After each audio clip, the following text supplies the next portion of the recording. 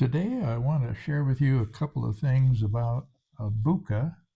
One is the tension line. I want to go into more detail about how I connect it.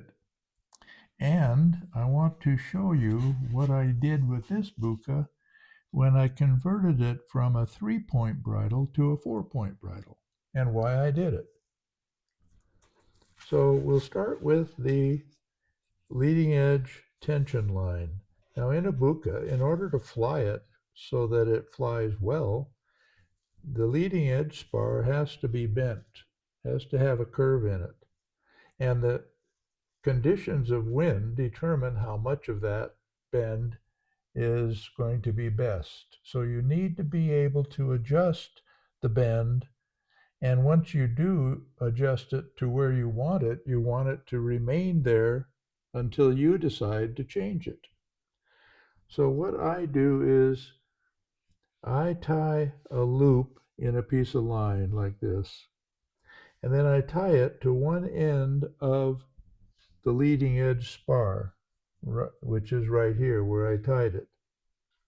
And then I take a separate piece of line that's about, maybe 2.5 feet long.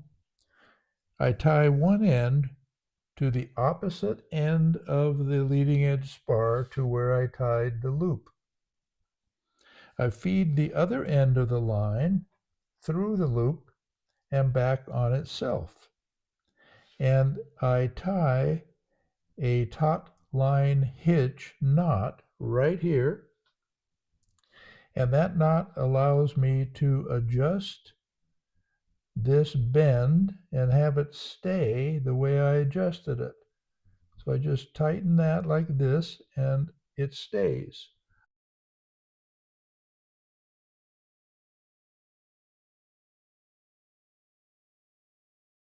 Until I want to change it.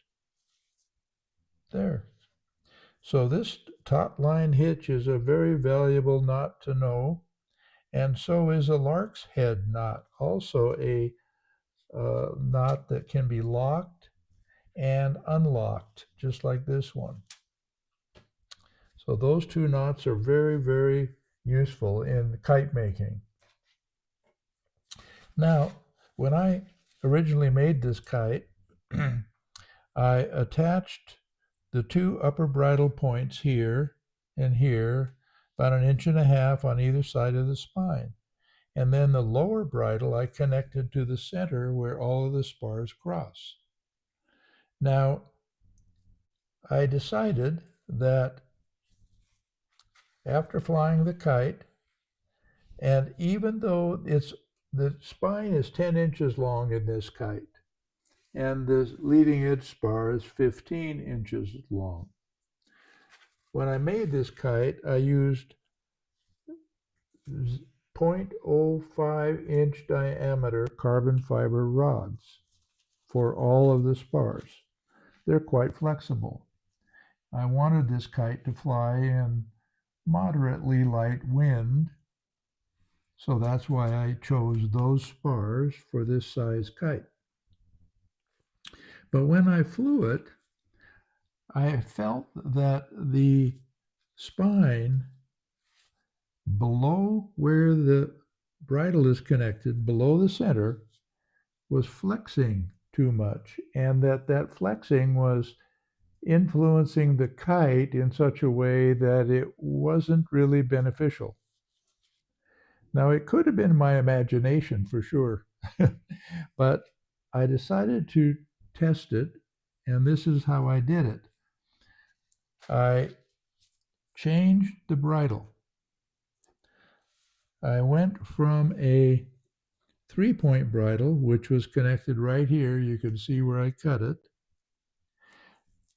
I melted a couple of holes here, and a couple of holes here, and a couple of holes here for making the change. I decided to start with the hole closest to the nose. And so I made a separate line and tied a loop in one end of that line. And then after I attached the lower bridle to this point, I used a lark's head knot to attach this fourth piece of bridle line right here. And this lark's head knot is lockable and unlockable so that I can slide this up and down on this lower bridle leg.